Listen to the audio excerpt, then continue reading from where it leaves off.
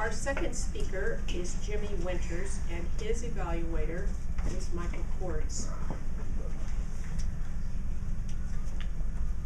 Jimmy will be speaking from the Entertaining Speaker Manual, speech number 2, called Resources for Entertainment. Jimmy's objectives are to draw entertaining material from sources other than your own experience, and to adapt that material to suit your topic, your own personality, and the audience. Timer, Jim's time is 5 to 7 minutes. Thank you, Michael. Jimmy is a casual chess player who has recently started playing again thanks to modern technology. The speech presumes that you are already familiar with how to play chess. Jimmy Winters, I know how to mate. I know how to mate Jimmy Winters.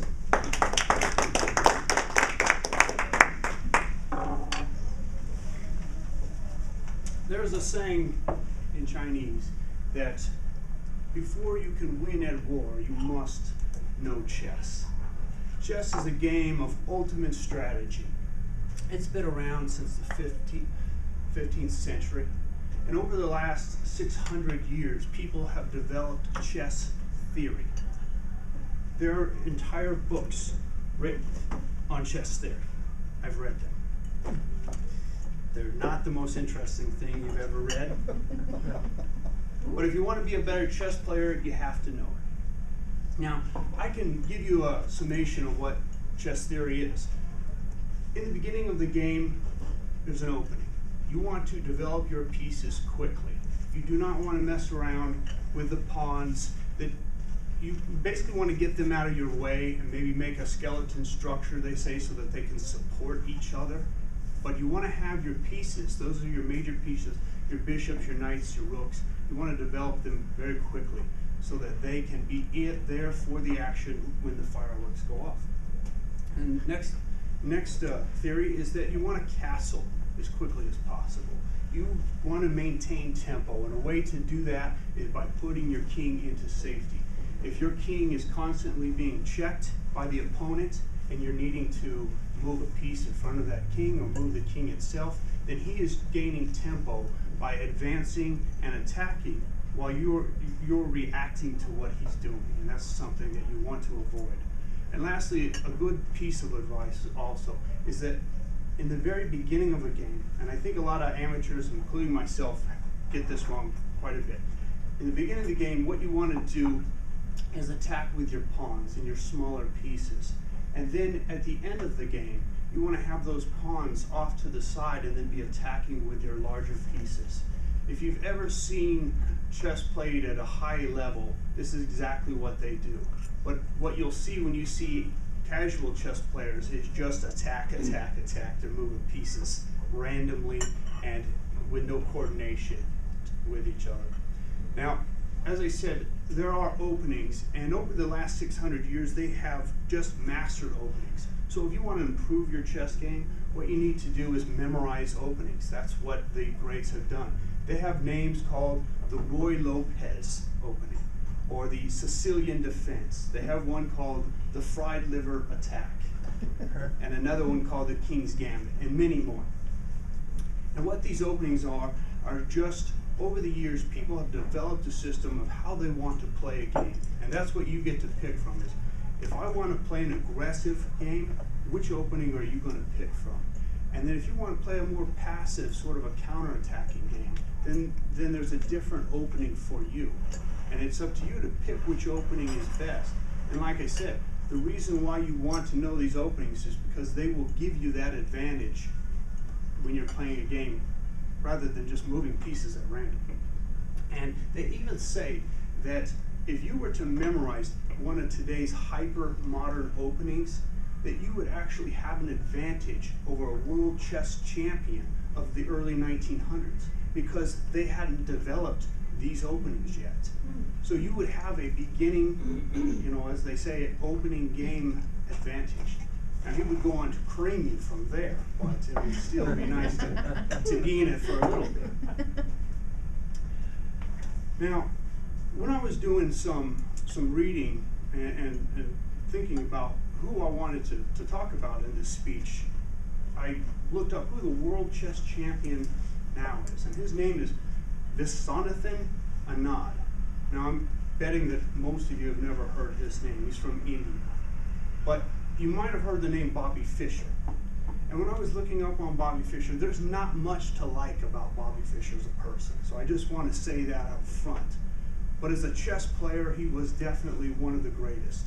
And he was probably the greatest American chess player that we've ever had. And I have a couple stories about Bobby Fischer, and it's not to pump him up, but it's just to show you that it can be inspiring when you see and hear stories about how good people can be at something. And that's any talent that they have. So, with Bobby Fischer, he played a game, and they called it the game of the century. And he played it against a guy named Donald Burns. And Donald Burns at the time was an international chess master, which is very high in the chess world as a ranking. Bobby Fischer made a move in the chess game that some people say was the greatest move in chess. Now, Bobby Fischer went on to win the game, and the most interesting part of the whole story is that he was 13 years old at the time. So that's how good he was. Even as a 13-year-old boy, he was amazing. Now, later on in life, he went to the World Championships of Chess, of U.S. champions, and he went 11-0, and nobody's ever done this before. And what's interesting story about it is during one of his 11-0 runs, he had to play a man named Larry Evans. And Larry Evans was an editor for a chess magazine. 2 years prior, Bobby Fischer writes an article called The Bust to the King's Gambit. Now, this article was all about how the King's Gambit is a flawed opening. That even if you were to change the way you opened, you would just lose in a different way. Now, Bobby Fischer is now 2 years later, he's in the U.S. Men's Championship for chess, and he's playing none other than Larry Evans. Now, there's no coincidence that Larry Evans knows who Bobby Fischer is and what article that he wrote, and Bobby Fischer knew exactly what Larry Evans did for the newspaper. So Bobby Fischer opens up with the King's Gambit. Now, many people say, well, why would he do that then if it's a flawed opening and they both know it? And the reason some people speculate is because Bobby Fischer was basically slapping Larry Evans in the face and saying, listen, I'm playing a flawed opening. We both know it. You know you should beat me, but you won't, because I'm Bobby Fischer and I'm better than you. So that's how good this guy was. And when you hear stories like that, to me, it makes me want to play chess. And if you guys want to see these, there's a website called thechesswebsite.com. You can actually watch his games and many others if you're interested. But lastly, if you're a casual player like I have been my whole life, my dad taught me when I was young, and it's hard to find people that will play and sit down and take that time. There's two technological advances, and they come with an iPhone if you have one. One is called Shredder. It will play you one game and then see what level you're at and then play you at that level so that you're not playing a computer that's much more advanced than you are. And if you beat it, it will increase its level. If you lose to it, it will decrease its level depending on how you play. Secondly, there's another app that's called Chess with Friends. Right now I'm playing 3 people. I take on all comers. If anybody is interested, I would love to play you. And let me leave you with this. There's a thought out there that chess has something to do with intelligence. And I think that's why a lot of people don't play chess, because if they lose, they think, well, I'm going to look dumb or something. But that's not really what it is. If you can memorize openings and you can practice, you're going to see yourself get better at chess. It has nothing to do with intelligence. It has more to do with learning strategy and seeing the board and not missing the moves that you shouldn't.